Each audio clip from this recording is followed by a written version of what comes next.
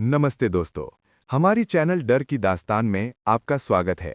रात की सड़कें हमेशा उतनी खाली नहीं होती जितनी हमें दिखाई देती हैं। कभी कभी उन रास्तों पर ऐसे मुसाफिर भी मिल जाते हैं जो इंसान नहीं होते। मैं पिछले कई सालों से ट्रक चला रहा हूं। देश के अलग अलग हाईवे, जंगलों से गुजरती सुनसान सड़कें, सब कुछ मेरे लिए आम बात थी। लेकिन एक रात ऐसी आई जिसने मेरी जिंदगी ही बदल दी। उस रात घना कोहरा था। हाईवे पर दूर दूर तक कोई गाड़ी नहीं थी, सिर्फ मेरे ट्रक का इंजन और सड़क पर पड़ती उसकी हेडलाइट। तभी सड़क के किनारे मुझे एक आदमी दिखाई दिया। भीगे हुए कपड़े, झुका हुआ सिर, और उसने हाथ देकर मुझे ट्रक रोकने का इशारा किया। मुझे लगा शायद कोई मुसाफिर होगा जो लिफ्ट मांग रहा है। मैंने ट्रक रोक दिया। लेकिन जैसे ही वो आदमी ट्रक में चढ़ा, मुझे उसकी एक बात बहुत अजीब लगी। उसके कपड़े पूरी तरह भीगे हुए थे, लेकिन बाहर बारिश हो ही नहीं रही थी। मैंने उससे कुछ पूछना चाहा, पर उसने धीरे धीरे अपना चेहरा मेरी तरफ घुमाया। और जो मैंने उस चेहरे पर देखा, वो किसी इंसान का चेहरा नहीं था। उस रात मेरे ट्रक में जो हुआ, वो आज भी याद करके मेरी रूह कांप जाती है। अगर आप भी सुनना चाहते हैं एक ट्रक ड्राइवर की वो सच्ची और डरावनी कहानी, तो बने रहिए हमारे चैनल डर की दास्तान के साथ, क्योंकि आगे जो होने वाला है वो शायद आपने पहले कभी नहीं सुना होगा। Train emoji. मेरा नाम बताने की जरूरत नहीं, क्योंकि सड़क पर चलने वाले ज्यादातर लोग हमें सिर्फ ट्रक ड्राइवर के नाम से ही जानते हैं। पिछले करीब 12 साल से मैं देश के अलग अलग हाईवे पर ट्रक चला रहा हूं।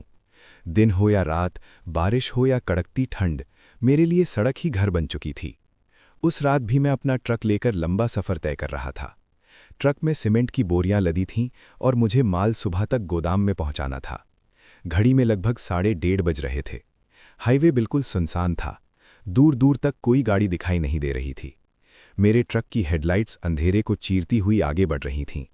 इंजन की लगातार घरघराहट के अलावा चारों तरफ ऐसा सन्नाटा था जैसे पूरी दुनिया सो चुकी हो।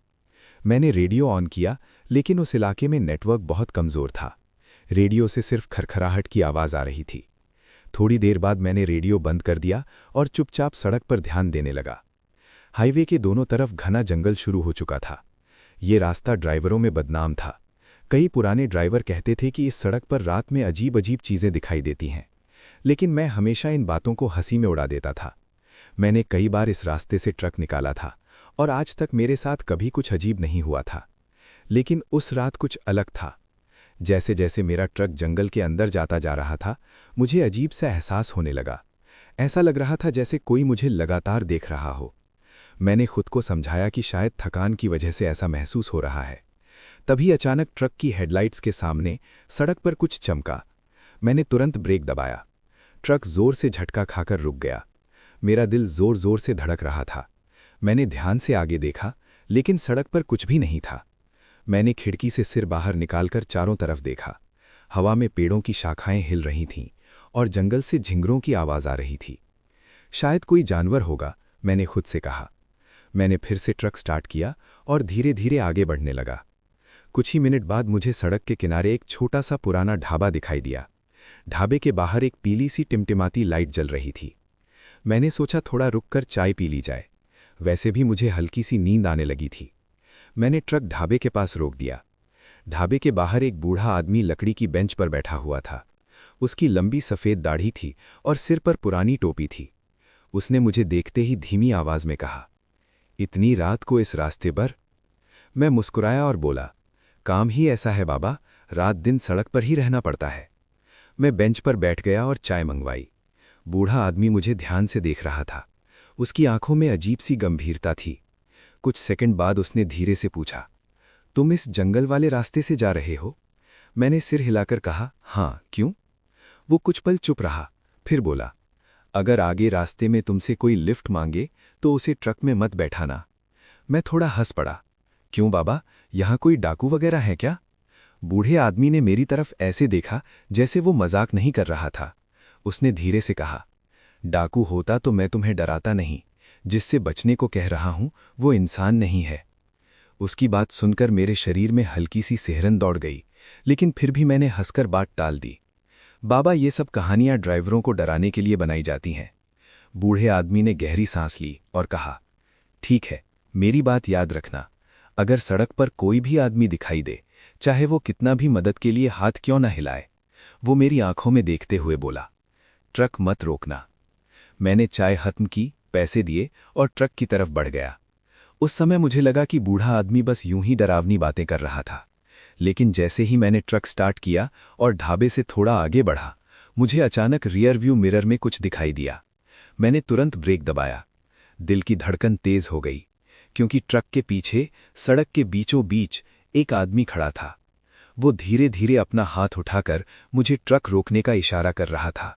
घस्त। मैं कुछ सेकंड तक स्टीयरिंग पकड़े बैठा रहा और मेरी नज़र लगातार रियर व्यू मिरर पर ही टिकी हुई थी।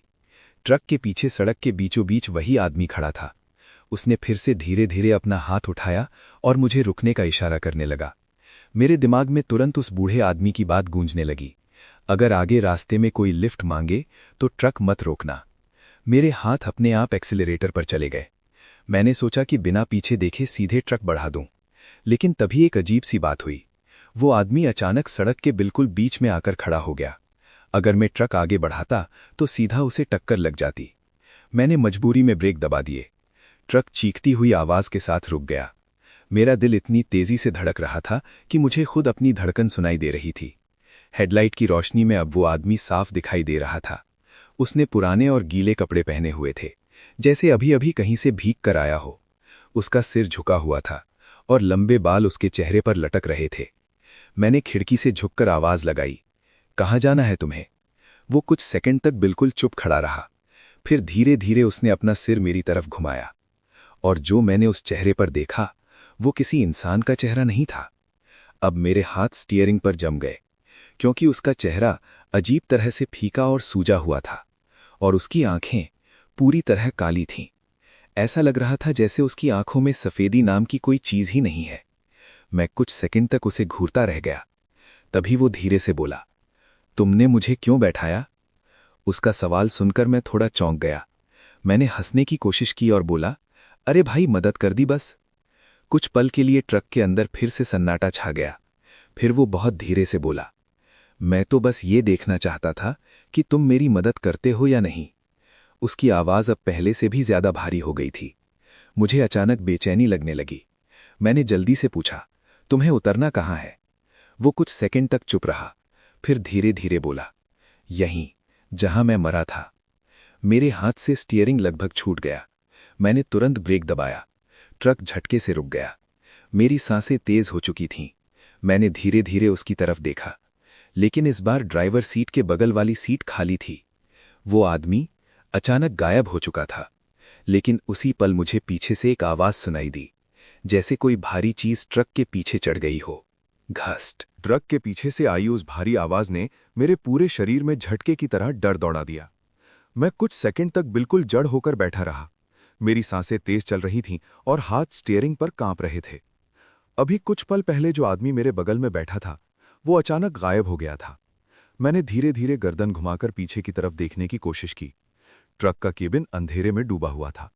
पीछे सिर्फ सीमेंट की बोरियों से भरा लंबा ट्रॉली था, लेकिन मुझे साफ महसूस हो रहा था कि अभी अभी कोई भारी चीज पीछे चढ़ी है। मेरे दिमाग में तुरंत वही बूढ़ा आदमी याद आया जिसने ढाबे पर मुझे चेतावनी दी थी, अगर कोई लिफ्ट मांगे तो ट्रक मत रोकना। मेरे माथे पर ठंडा पसीना आ गया। मैंने हिम्मत जुटाई और धीरे धीरे ट्रक से नीचे उतर गया। रात का सन्नाटा पहले से भी ज्यादा डरावना लग रहा था। चारों तरफ घना जंगल था और हवा पेड़ों की शाखाओं को हिला रही थी। कहीं दूर उल्लू की आवाज भी सुनाई दे रही थी। मैंने टॉर्च निकाली और ट्रक के पीछे की तरफ चलने लगा। मेरे कदम बहुत धीरे धीरे बढ़ रहे थे।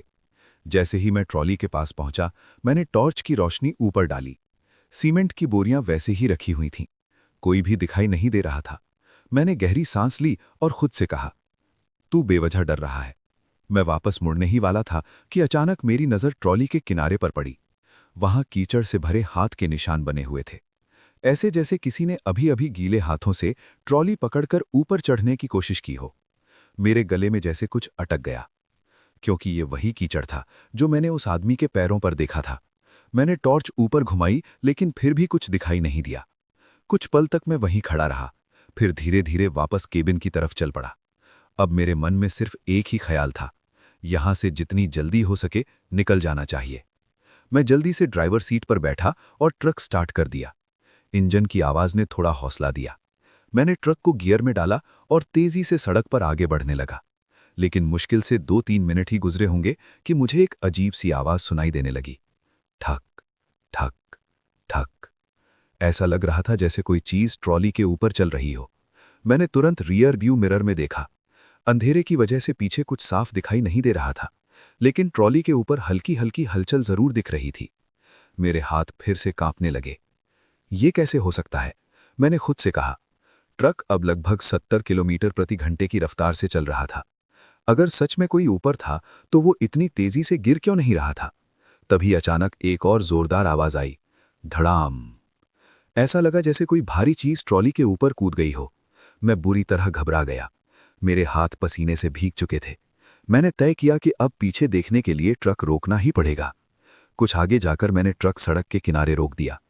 इस बार मेरे पैर पहले से भी ज्यादा भारी लग रहे थे।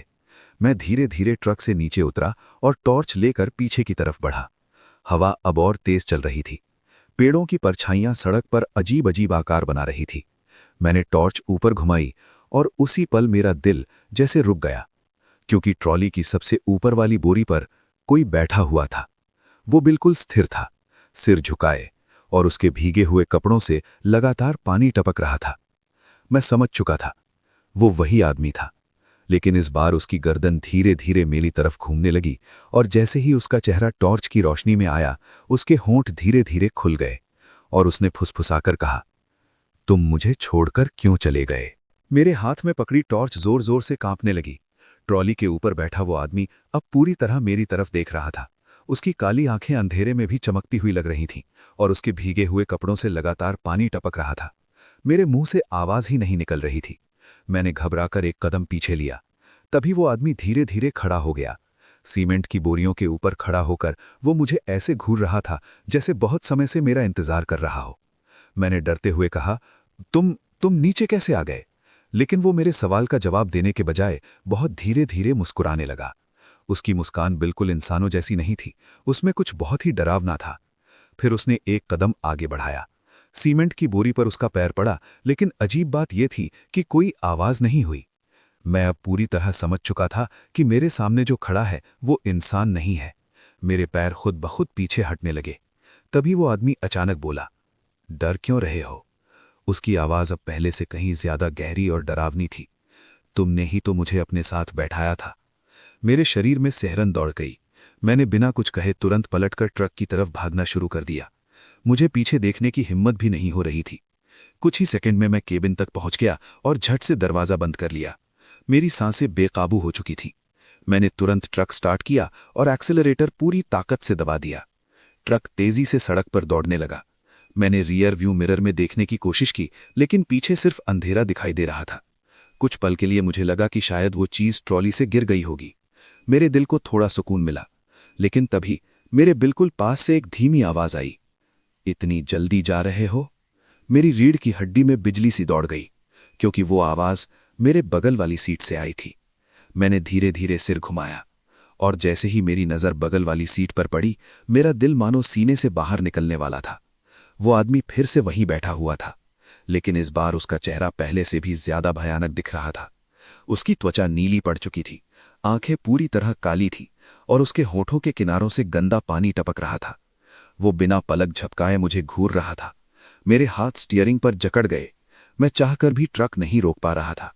तभी उसने धीरे से अपना सिर झुकाया और फुसफुसाकर कहा, तुम्हें पता है मैं इस सड़क पर कैसे मरा था। मेरी आवाज कांप गई। मैंने मुश्किल से पूछा, कैसे। उसने अपनी काली आंखें मेरी आंखों में डालते हुए कहा, एक ट्रक ड्राइवर ने मुझे इसी सड़क पर कुचल दिया था। मेरे हाथ से स्टीयरिंग लगभग छूट गया। ट्रक हल्का सा डगमगाया, और तभी उसने बहुत धीरे से अगली बात कही, और आज मुझे वही ड्राइवर फिर मिल गया है। मेरी सांस जैसे रुक गई, क्योंकि उसी पल उसने अपना ठंडा और कीचड़ से भरा हाथ धीरे धीरे मेरे कंधे पर रख दिया। उसका ठंडा और कीचड़ से भरा हाथ जैसे ही मेरे कंधे पर पड़ा, मेरे पूरे शरीर में एक झटका सा दौड़ गया। ऐसा लगा जैसे किसी ने बर्फ का टुकड़ा मेरी हड्डियों तक घुसा दिया हो। मेरे हाथ स्टीयरिंग पर जमे हुए थे। मैं चाहकर भी उसे हटाने की हिम्मत नहीं कर पा रहा था। ट्रक अब भी तेजी से सड़क पर दौड़ रहा था। हेडलाइट्स के सामने लंबा सुनसान हाईवे फैला हुआ था। लेकिन मेरे लिए अब वो सड़क किसी डरावने सपने जैसी बन चुकी थी। मैंने कांपती आवाज में कहा, मैंने तुम्हें नहीं मारा। कुछ पल तक केबिन के अंदर बिल्कुल सन्नाटा रहा। फिर वो आदमी धीरे धीरे हंसने लगा। उसकी हंसी बहुत धीमी थी, लेकिन इतनी डरावनी कि मेरी रीढ़ की हड्डी तक सिहर उठी। हर ड्राइवर यही कहता है, उसने फुसफुसाते हुए कहा। मेरा गला सूख चुका था। मैंने हिम्मत करके उसकी तरफ देखा। इस बार उसका चेहरा मेरे बिल्कुल करीब था। उसकी काली आंखें ऐसे चमक रही थीं जैसे गहरे कुएं के अंदर अंधेरा भरा हो। मैंने घबरा कर कहा, मैं सच कह रहा हूं, मैंने तुम्हें कभी नहीं देखा। वो कुछ सेकंड तक मुझे घूरता रहा। फिर उसने धीरे से पूछा, क्या तुम्हें याद है 3 साल पहले की एक बरसाती रात? मेरे दिमाग में जैसे कोई पुरानी याद हल्की सी चमकी, लेकिन मैं साफ साफ कुछ याद नहीं कर पा रहा था। मैंने सिर हिलाते हुए कहा, नहीं। वो आदमी धीरे धीरे सीट से उठने लगा। अब वो आधा खड़ा होकर मुझे घूर रहा था। उसकी आवाज और भी गहरी हो गई। उस रात भी ऐसा ही अंधेरा था और एक ट्रक बहुत तेजी से इसी सड़क पर आ रहा था। मेरे दिल की धड़कन और तेज हो गई, क्योंकि अचानक मेरे दिमाग में एक धुंधली सी याद उभरने लगी। 3 साल पहले मैं सच में इसी रास्ते से गुजर रहा था। उस रात भी तेज बारिश हो रही थी, सड़क फिसलन भरी थी और मुझे जल्दी माल पहुंचाना था। अचानक सामने से कुछ भागता हुआ सड़क पर आया था। मैंने ब्रेक लगाया था, लेकिन ट्रक बहुत तेज था। मुझे सिर्फ एक जोरदार झटका याद है, और फिर सड़क पर गिरा हुआ एक आदमी। मैंने ट्रक रोककर पीछे देखा था, लेकिन तब तक वहां कोई नहीं था। मैंने सोचा था कि शायद वो आदमी बच गया होगा या अंधेरे में कहीं भाग गया होगा। उसके बाद मैं डर के मारे वहां से चला गया था। मेरे हाथ स्टीयरिंग पर कांपने लगे। मैंने धीरे से कहा, नहीं, वो तुम नहीं हो सकते। वो आदमी अचानक जोर से हंस पड़ा। उसकी हंसी अब पूरे केबिन में गूंज रही थी। फिर उसने धीरे धीरे अपना चेहरा मेरे बिल्कुल पास लाकर कहा, मैं वहीं हूं। मेरे शरीर से जैसे सारी ताकत खत्म हो गई। मैंने घबराकर ब्रेक दबाने की कोशिश की, लेकिन ब्रेक पैडल बिल्कुल सख्त हो चुका था। ट्रक अब भी तेजी से आगे भाग रहा था। मैंने घबराकर कहा, ब्रेक काम नहीं कर रहे। वो आदमी मुस्कुराया, आज वही होगा जो मेरे साथ हुआ था। मेरे माथे से पसीना टपकने लगा। तभी अचानक ट्रक की हेडलाइट्स के सामने सड़क पर कुछ दिखाई दिया। मैंने ध्यान से देखा और मेरा दिल जैसे रुक गया, क्योंकि सड़क के बीचों बीच ठीक वैसा ही एक आदमी खड़ा था, सिर झुकाए, हाथ उठाए, और वो भी मुझे ट्रक रोकने का इशारा कर रहा था। मेरी नज़र जैसे ही सड़क पर खड़े उस आदमी पर पड़ी, मेरा दिल जोर से धड़कने लगा। वो बिल्कुल वैसा ही दिख रहा था, सिर झुका हुआ, हाथ उठाकर ट्रक रोकने का इशारा करता हुआ। लेकिन सबसे डरावनी बात यह थी कि मेरे बगल वाली सीट पर वही आदमी पहले से बैठा हुआ था। मेरे दिमाग ने जैसे काम करना बंद कर दिया। मैंने घबराकर बगल में बैठे उस भयानक चेहरे की तरफ देखा, फिर सामने सड़क की तरफ। दोनों बिल्कुल एक जैसे थे। मेरे हाथ कांप रहे थे और ब्रेक अब भी काम नहीं कर रहे थे। ट्रक तेजी से उस आदमी की तरफ बढ़ रहा था। मैंने चिल्लाकर कहा, हट जाओ रास्ते से। लेकिन सड़क पर खड़ा वो साया बिल्कुल भी नहीं हिला। मेरे बगल में बैठा आदमी धीरे धीरे हंसने लगा। उसकी हंसी अब पहले से भी ज्यादा भयानक थी। वो बोला, डर लग रहा है? मेरे गले से मुश्किल से आवाज निकली, तुम क्या चाहते हो? उसने अपनी काली आंखों से मुझे घूरते हुए कहा, बस वही जो मेरे साथ हुआ था। मेरे हाथ पूरी ताकत से स्टीयरिंग पकड़े हुए थे। मैंने आखिरी कोशिश करते हुए ट्रक को थोड़ा मोड़ने की कोशिश की, लेकिन स्टीयरिंग जैसे पत्थर की तरह सख्त हो गया था। अब ट्रक सीधा उस आदमी की तरफ जा रहा था। मेरी आंखों के सामने 3 साल पहले वाली रात घूमने लगी। बारिश, फिसलती सड़क और वो आदमी जो अचानक सामने आ गया था। मैंने घबराकर आंखें बंद कर ली। मुझे लगा अब जोरदार टक्कर होने वाली है, लेकिन कुछ सेकंड बाद भी कोई टक्कर नहीं हुई। मैंने धीरे धीरे आंखें खोली। ट्रक अब भी सड़क पर दौड़ रहा था। मैंने तुरंत सामने देखा। सड़क बिल्कुल खाली थी। वो आदमी अचानक गायब हो चुका था। मेरी सांस जैसे वापस लौट आई। मैंने तुरंत बगल वाली सीट की तरफ देखा, लेकिन इस बार वो भी खाली थी। केबिन में फिर से सन्नाटा छा गया। सिर्फ इंजन की आवाज सुनाई दे रही थी। मैंने राहत की सांस ली। शायद वो सब खत्म हो चुका था। लेकिन तभी मेरे कान के बिल्कुल पास किसी की फुसफुसाहट सुनाई दी। अभी नहीं। मेरे पूरे शरीर में सिहरन दौड़ गई, क्योंकि वो आवाज पीछे से आई थी। मैंने धीरे धीरे रियर व्यू मिरर की तरफ देखा, और जैसे ही मेरी नजर मिरर पर पड़ी, मेरा खून जैसे जम गया, क्योंकि ट्रॉली के ऊपर अब सिर्फ एक नहीं बल्कि कई साए खड़े थे, और वो सब धीरे धीरे मेरे ट्रक की तरफ बढ़ने लगे। रियर व्यू मिरर में जो मैंने देखा, उसे देखकर मेरी सांस जैसे सीने में ही अटक गई। ट्रॉली के ऊपर कई साए खड़े थे। पहले मुझे लगा कि शायद मेरी आंखों का धोखा होगा, लेकिन जैसे ही ट्रक की हेडलाइट्स पीछे लगे छोटे मिरर में थोड़ा साफ दिखाई देने लगी, मुझे समझ आ गया कि वो कोई भ्रम नहीं था। वो सच में कई लोग थे। उन सब के सिर झुके हुए थे, कपड़े भीगे हुए थे, और वो धीरे धीरे सीमेंट की बोरियों पर चलते हुए केबिन की तरफ बढ़ रहे थे। मेरे हाथ स्टीयरिंग पर जकड़ गए। दिल इतनी तेजी से धड़क रहा था कि मुझे लग रहा था अभी सीने से बाहर निकल आएगा। मैंने घबराकर एक्सीलरेटर और जोर से दबा दिया। ट्रक अब लगभग 90 किलोमीटर प्रति घंटे की रफ्तार से दौड़ रहा था, लेकिन फिर भी रियर व्यू मिरर में वो साए गिर नहीं रहे थे। वो ट्रॉली के ऊपर ऐसे खड़े थे जैसे हवा का उन पर कोई असर ही नहीं हो रहा। मैंने ध्यान से देखा, उनमें से कुछ के चेहरे दिखाई देने लगे, और वो चेहरे देखकर मेरी रूह कांप गई, क्योंकि उन सब की आंखें पूरी तरह काली थीं। उनके मुंह खुले हुए थे, और ऐसा लग रहा था जैसे वो सब एक साथ कुछ बोल रहे हों, लेकिन उनकी आवाज मेरे कानों तक नहीं पहुंच रही थी। तभी अचानक उनमें से एक साया ट्रॉली से कूदकर नीचे गिरा।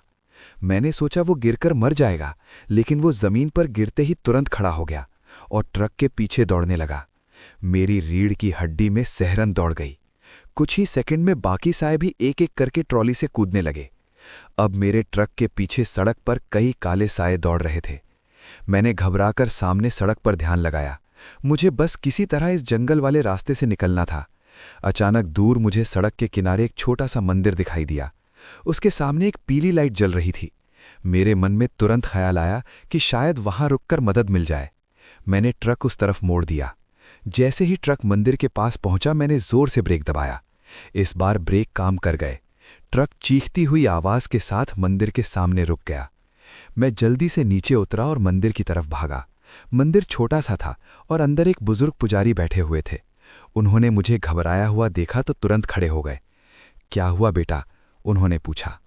मेरी सांसें तेज चल रही थी। मैंने पीछे सड़क की तरफ इशारा करते हुए कहा, वो लोग मेरे पीछे।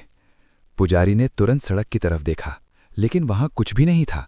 सड़क बिल्कुल खाली थी। उन्होंने मेरी तरफ देखा और कहा, कौन लोग? मैं कुछ बोल ही नहीं पा रहा था। तभी अचानक मेरे ट्रक के इंजन से अपने आप आवाज आने लगी, घर घर। मैंने घबराकर ट्रक की तरफ देखा। इंजन बंद था, फिर भी वो अपने आप स्टार्ट होने लगा। पुजारी भी ये देखकर चौंक गए। अगले ही पल मेरा ट्रक अपने आप धीरे धीरे आगे बढ़ने लगा और ड्राइवर सीट पर कोई बैठा हुआ था। Ghost truck. मैं कुछ सेकंड तक वहीं खड़ा रह गया। मेरी आंखें ट्रक पर जमी हुई थीं। इंजन बंद होने के बावजूद ट्रक धीरे धीरे आगे बढ़ रहा था, जैसे कोई उसे अंदर से चला रहा हो। और सबसे डरावनी बात, ड्राइवर सीट पर सच में कोई बैठा हुआ था। हेडलाइट की हल्की रोशनी में मुझे उसका धुंधला सा साया दिखाई दे रहा था। मेरा गला सूख गया। पुजारी भी कुछ पल तक उस तरफ देखते रहे, फिर उन्होंने धीरे से पूछा, ये तुम्हारा ट्रक है? मैंने कांपते हुए सिर हिलाया। ट्रक अब मंदिर से थोड़ा आगे निकल चुका था। मैंने घबरा कर कहा, लेकिन उसमें कोई बैठा हुआ है। पुजारी की आंखें थोड़ी सिकुड़ गईं। उन्होंने ध्यान से ट्रक की तरफ देखा, फिर मेरी तरफ मुड़कर बोले, अभी वहीं खड़े रहो। उन्होंने मंदिर के अंदर से जल्दी से एक छोटी सी पीतल की घंटी और पानी से भरा लोटा उठाया। फिर वो धीरे धीरे सड़क की तरफ बढ़ने लगे। मेरा दिल अब भी तेजी से धड़क रहा था। ट्रक अब लगभग 20-25 मीटर आगे जाकर अपने आप रुक गया। ड्राइवर सीट पर बैठा साया अब भी हिल नहीं रहा था। पुजारी ने पानी का हाथ में लिया, कुछ मंत्र बुदबुदाए और पानी ट्रक की तरफ छिड़क दिया।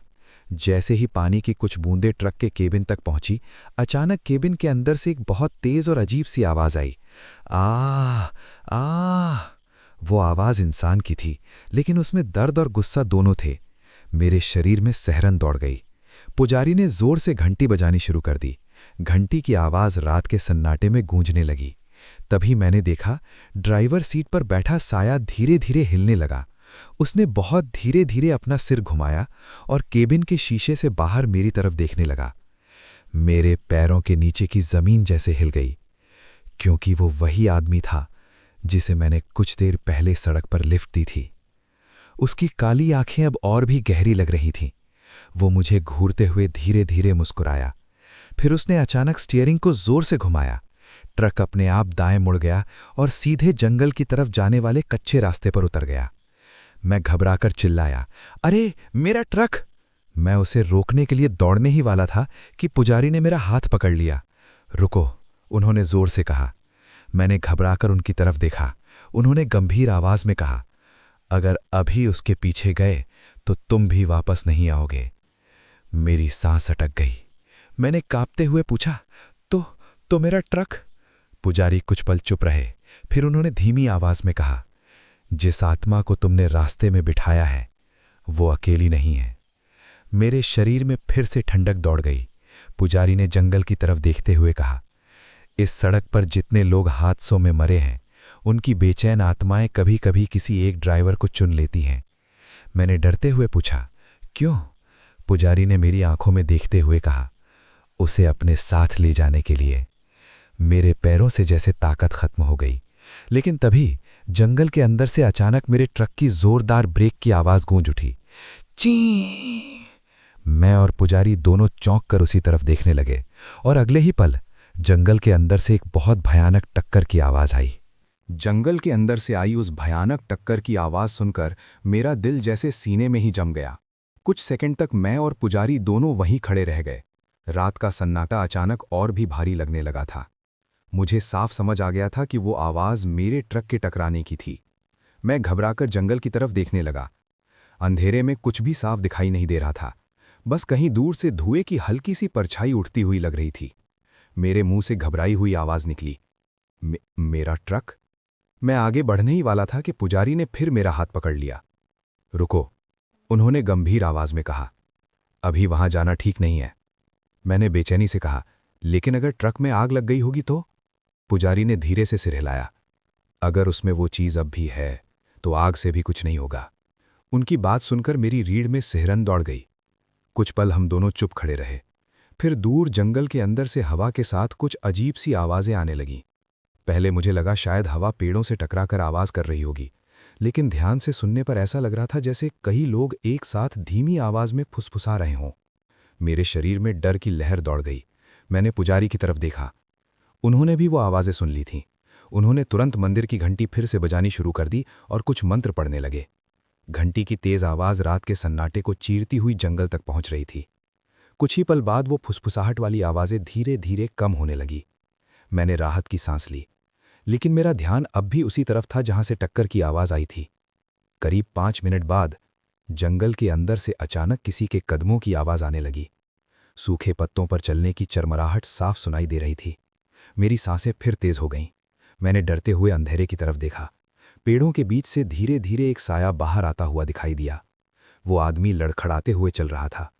जैसे जैसे वो मंदिर की लाइट के करीब आया, मेरी आंखें हैरानी से फैल गईं, क्योंकि वो मैं ही था। नहीं, असल में वो मेरा ही जैसा दिखने वाला आदमी था। उसके कपड़े बिल्कुल वैसे ही थे जैसे मैंने पहने हुए थे, और उसके चेहरे पर भी वही दाढ़ी थी, लेकिन उसका चेहरा खून और कीचड़ से भरा हुआ था। वो धीरे धीरे हमारी तरफ आ रहा था और उसकी आंखें खाली थीं। मेरे पैरों के नीचे की जमीन जैसे खिसक गई। मैंने घबराकर पुजारी से कहा, ये कैसे हो सकता है? पुजारी की आंखें भी चौड़ी हो गईं। उन्होंने धीरे से कहा, लगता है वो आत्माएं तुम्हें छोड़ना नहीं चाहती। वो आदमी जो बिल्कुल मेरी तरह दिख रहा था, अब मंदिर से कुछ ही कदम दूर खड़ा था। उसने धीरे धीरे अपना सिर उठाया और सीधे मेरी तरफ देखकर मुस्कुराया। फिर उसने बहुत धीमी आवाज में कहा, अब मेरी बारी है और तुम्हें मेरी जगह लेनी होगी। मेरे कानों में उसकी बात गूंजने लगी, अब मेरी बारी है और तुम्हें मेरी जगह लेनी होगी। मैं कुछ सेकंड तक उसे घूरता रह गया। सामने खड़ा वो आदमी बिल्कुल मेरी तरह दिख रहा था, लेकिन उसकी आंखें खाली थीं, जैसे उसके अंदर कोई आत्मा बस गई हो। मेरे हाथ ठंडे पड़ चुके थे। मैंने डरते हुए एक कदम पीछे लिया और पुजारी की तरफ देखा। पुजारी भी गंभीर चेहरे से उस आदमी को देख रहे थे। उन्होंने धीरे से पूछा, तुम्हें याद है जब तुमने उस आदमी को 3 साल पहले टक्कर मारी थी? मैंने कांपते हुए सिर हिलाया। हाँ, लेकिन वो अंधेरा था, मुझे ठीक से कुछ दिखा नहीं था। पुजारी ने गहरी सांस ली। उस रात जो आत्मा मरी थी वो अकेली नहीं थी। इस सड़क पर बहुत से हादसे हुए हैं, कई लोगों की मौत हुई है और उनकी बेचैन आत्माएं यहां भटकती रहती हैं। मेरे गले में जैसे कुछ अटक गया। लेकिन ये मेरा जैसा क्यों दिख रहा है? मैंने घबराकर पूछा। पुजारी ने धीमी आवाज में कहा, क्योंकि जब वो आत्माएं किसी ड्राइवर को पकड़ लेती हैं तो उसकी परछाई को अपने साथ बांध लेती हैं और फिर वो उसी रूप में वापस आती है ताकि अगला शिकार मिल सके। मेरे शरीर में सिहरन दौड़ गई। सामने खड़ा वो आदमी धीरे धीरे मेरी तरफ बढ़ने लगा। उसके कदमों की आवाज सूखे पत्तों पर साफ सुनाई दे रही थी। वो मुस्कुराते हुए बोला, तुमने मुझे कुचला था, अब तुम्हें मेरी जगह इस सड़क पर भटकना होगा। मेरे पैरों में जैसे जान ही नहीं बची थी। तभी पुजारी अचानक मेरे सामने आकर खड़े हो गए। उन्होंने जोर से मंदिर की घंटी बजाई और ऊंची आवाज में मंत्र पढ़ने लगे। घंटी की तेज आवाज रात के सन्नाटे को चीरती हुई जंगल तक पहुंच रही थी। कुछ ही पल बाद वो फुसफुसाहट वाली आवाजें धीरे धीरे कम होने लगी। मैंने राहत की सांस ली, लेकिन मेरा ध्यान अब भी उसी तरफ था जहां से टक्कर की आवाज आई थी। करीब 5 मिनट बाद जंगल के अंदर से अचानक किसी के कदमों की आवाज आने लगी। सूखे पत्तों पर चलने की चरमराहट साफ सुनाई दे रही थी। मेरी सांसें फिर तेज हो गईं। मैंने डरते हुए अंधेरे की तरफ देखा। पेड़ों के बीच से धीरे धीरे एक साया बाहर आता हुआ दिखाई दिया। वो आदमी लड़खड़ाते हुए चल रहा था। जैसे जैसे वो मंदिर की लाइट के करीब आया, मेरी आंखें हैरानी से फैल गईं, क्योंकि वो मैं ही था। नहीं, असल में वो मेरा ही जैसा दिखने वाला आदमी था। उसके कपड़े बिल्कुल वैसे ही थे जैसे मैंने पहने हुए थे और उसके चेहरे पर भी वही दाढ़ी थी, लेकिन उसका चेहरा खून और कीचड़ से भरा हुआ था। वो धीरे धीरे हमारी तरफ आ रहा था और उसकी आंखें खाली थीं। मेरे पैरों के नीचे की जमीन जैसे खिसक गई। मैंने घबराकर पुजारी से कहा, ये कैसे हो सकता है? पुजारी की आंखें भी चौड़ी हो गईं। उन्होंने धीरे से कहा, लगता है वो आत्माएं तुम्हें छोड़ना नहीं चाहती। वो आदमी जो बिल्कुल मेरी तरह दिख रहा था अब मंदिर से कुछ ही कदम दूर खड़ा था। उसने धीरे धीरे अपना सिर उठाया और सीधे मेरी तरफ देखकर मुस्कुराया। फिर उसने बहुत धीमी आवाज में कहा, अब मेरी बारी है और तुम्हें मेरी जगह लेनी होगी। मेरे कानों में उसकी बात गूंजने लगी, अब मेरी बारी है और तुम्हें मेरी जगह लेनी होगी। मैं कुछ सेकंड तक उसे घोता रह गया।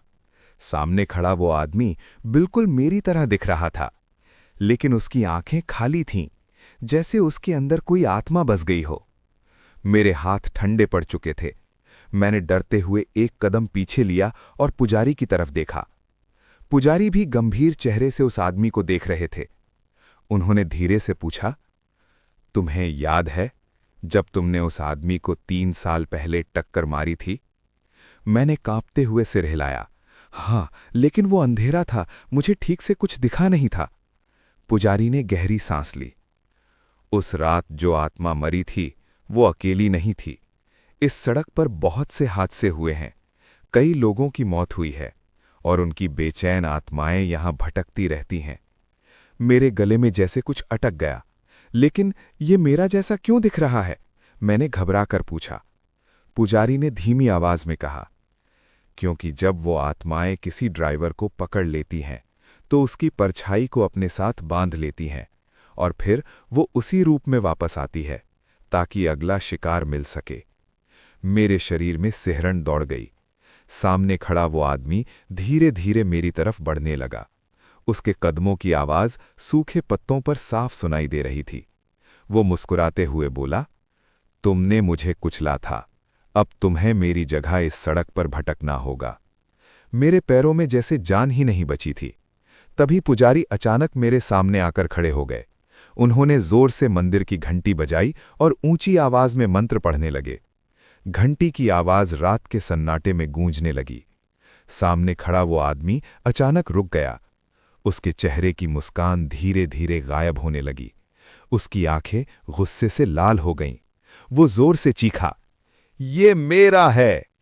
लेकिन पुजारी लगातार मंत्र पढ़ते रहे और लोटे का पानी उसकी तरफ छिड़क दिया। जैसे ही पानी की बूंदें उसके शरीर पर पड़ीं, वो जोर से चिल्लाने लगा। उसका शरीर धीरे धीरे धुएं की तरह हिलने लगा, जैसे वो टूट रहा हो। कुछ ही सेकंड में उसका चेहरा विकृत होने लगा। फिर अचानक वो साया हवा में घुलता हुआ गायब हो गया। चारों तरफ फिर से सन्नाटा छा गया। मेरी सांसें अभी भी तेज चल रही थीं। मैंने घबराकर जंगल की तरफ देखा, फिर पुजारी की तरफ। उन्होंने थकी हुई आवाज में कहा, आज तुम बच गए। मैंने कांपती आवाज में पूछा, क्या वो फिर वापस आएंगे? पुजारी ने कुछ पल चुप रहकर जंगल की तरफ देखा, फिर बोले, अगर तुमने उस सड़क पर फिर कभी रात में ट्रक नहीं चलाया तो शायद नहीं। उस रात के बाद मैंने फैसला कर लिया, मैंने ट्रक चलाना छोड़ दिया। आज कई साल बीत चुके हैं, लेकिन उस रात की याद आज भी मेरे दिल में जिंदा है। कभी कभी देर रात जब मैं किसी हाईवे के पास से गुजरता हूं, तो दूर अंधेरे में मुझे एक ट्रक दिखाई देता है जो बिना ड्राइवर के सड़क पर चलता रहता है, और उसके पीछे कई साए दौड़ते हुए दिखाई देते हैं। मैं आज भी नहीं जानता वो क्या था, लेकिन एक बात जरूर जानता हूं, उस रात अगर मैं उस मंदिर तक नहीं पहुंचता तो शायद आज मैं ये कहानी आपको सुना ही नहीं पाता। और इसीलिए अगर आप कभी रात में सुनसान हाईवे पर गाड़ी चला रहे हों और कोई अजनबी आपको लिफ्ट मांगता हुआ दिखाई दे, तो एक बार जरूर सोच लेना, क्योंकि हर मुसाफिर इंसान नहीं होता। उस रात के बाद मेरी जिंदगी पूरी तरह बदल गई। मैंने ट्रक चलाना छोड़ दिया, क्योंकि कुछ रास्ते ऐसे होते हैं जहां इंसान नहीं, आत्माएं सफर करती हैं। आज भी जब कभी देर रात किसी सुनसान हाईवे से गुजरता हूं, तो दूर अंधेरे में कभी कभी एक ट्रक दिखाई देता है। उसकी हेडलाइट्स जल रही होती हैं, इंजन भी चल रहा होता है, लेकिन ड्राइवर सीट खाली होती है, और उसके पीछे काले सायों की एक लंबी कतार सड़क पर दौड़ती रहती है। कभी कभी वो ट्रक अचानक रुक जाता है और सड़क के किनारे कोई साया खड़ा होकर हाथ उठाता है, लिफ्ट मांगने के लिए। शायद वो अब भी किसी नए ड्राइवर का इंतजार कर रहे हैं।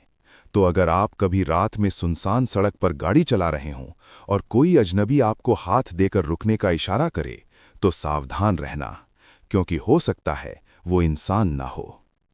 अगर आपको ऐसी ही सच्ची और रोंगटे खड़े कर देने वाली डरावनी कहानियां सुनना पसंद है, तो हमारे चैनल डर की दास्तान के साथ जुड़े रहिए, क्योंकि यहां हर कहानी में छुपा होता है एक ऐसा राज जो रात की नींद उड़ा सकता है।